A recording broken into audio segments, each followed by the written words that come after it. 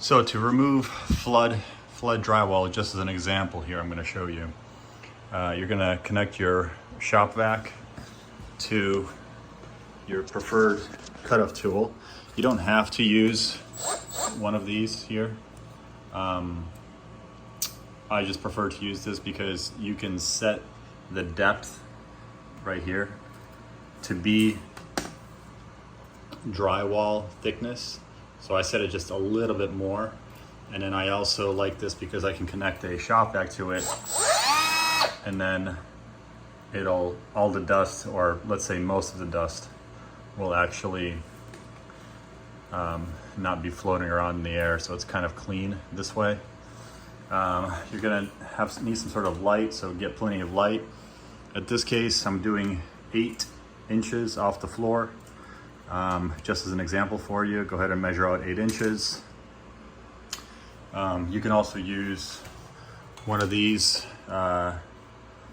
angle grinders, but it's harder with this because you cannot set the depth. So the depth you cannot set, so sometimes you'll go too far and you'll cut the stud a little bit, versus with the other one, you can set the depth however you want.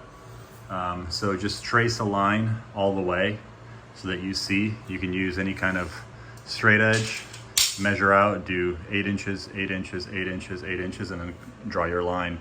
And I'll try to set the camera up right now so I can show you how to actually cut through the drywall. Make sure to check where your electrical wires are going.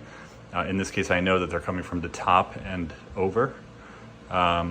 So we're not going to be cutting through any electrical wires, no plumbing behind here. Make sure there's no plumbing or anything like that, just so you don't run into issues. You can leave the baseboard connected because you'll see when we remove the drywall, this baseboard in particular, it's not even connected to the studs. It just uses the little 22 gauge nails right to the drywall, and I also put glue, liquid nails glue behind there as well. So there's no need to remove the baseboards first. You can just remove the whole piece together, you'll see. The corners we're gonna cut with just a drywall knife, so very carefully. And it'll just come off, because that paint, otherwise you'll pull the paint and it could rip the paint all the way up.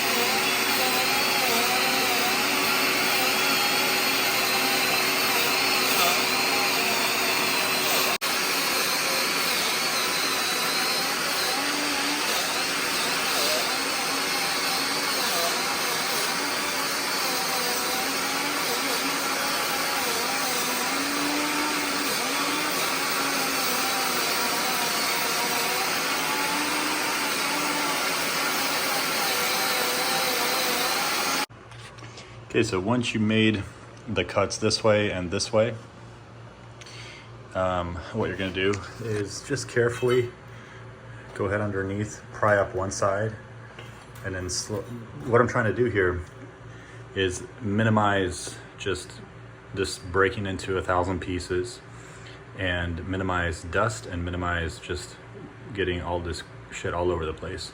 So you go very carefully and keep prying like this, and eventually this whole piece comes off as one piece, very carefully over there. And then as you can see this way, the baseboard, everything comes in one piece. It's very clean. Just vacuum up some of this dust, and as you can see, we don't even have a huge issue with the moisture. It's actually a lot better condition than I thought it would be.